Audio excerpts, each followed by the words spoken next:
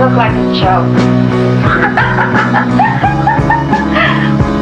Sadly, no one follows her last wish days before she died. People make edited photos of her mocking God when she owned Bibles, prayer books, went to the United Pentecostal Church, and was baptized. The preacher said he never spoke to her, and these are the many photos of her praying. Madonna recreated her death. Kim K wore her 1962 Golden Globe dress and wore her historical dress, which she said she didn't want anyone to wear. People make these disgusting edited shirts of her. People make memes of her being a whore when really all her husbands abused her except her first husband she was arranged with at 16 and dated less than 7 people.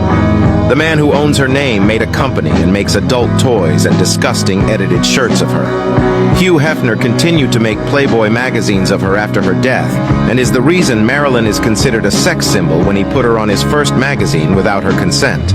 And Marilyn said, "A sex symbol is a thing. I just hate to be a thing." Hugh Hefner is placed next to her, and a man above Marilyn is laying face down looking at Marilyn from above. The Blonde movie recreated the passing for the movie in Marilyn's real house in her real room where she died in, and they mocked her and her spirit. She was happy, but she would also throw things off the wall sometimes and get mad when she didn't like something.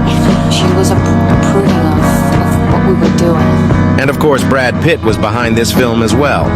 Gianni Russo made a lie saying he slept with her as a teen. However, he announced this rumor until everyone in his fake story was dead so he can get away with it. He even got her date of death wrong on his book and on an interview. I flew home Monday morning.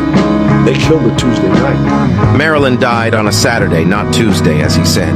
People make disgusting and fake quotes she never said. People say she was useless to the world, however, that is not true. At the age of 16, she served for World War II. She sang to over 100,000 troops during the Korean War, and they were crazy for her. She was the second woman in history to open her own production company due to being stereotyped as a dumb blonde, which she clearly wasn't. She was one of the first to do charities donations and organizations to the black community. She was the first ever movie superstar, ranging from comedy to the dramatic with her movie roles.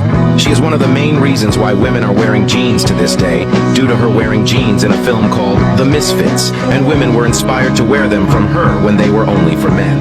She was one of the first to openly speak about mental health awareness, abuse awareness, body positivity, self-love, etc. She is still remained as the second most photographed person to ever exist. She met Queen Elizabeth II in a low-cut dress, which is against the rules, as the Queen admired Marilyn and said, "I should watch one of your movies someday." They were both fangirling over each other. She was one of the inspirations to the first ever Barbie doll. That's why the Barbie doll had blonde hair, blue eyes, and red lips. She was the first Grand Marshal of the Miss America beauty pageant. She is crowned as the most legendary blonde in history. She was the first to wear a nude illusion dress in front of over 15,000 people when she sang to President JFK in 1962. The crowd of thousands gasped so loud as if someone had died on stage since they thought she was nude. This made her a huge fashion legend, and her style was very ahead of her times.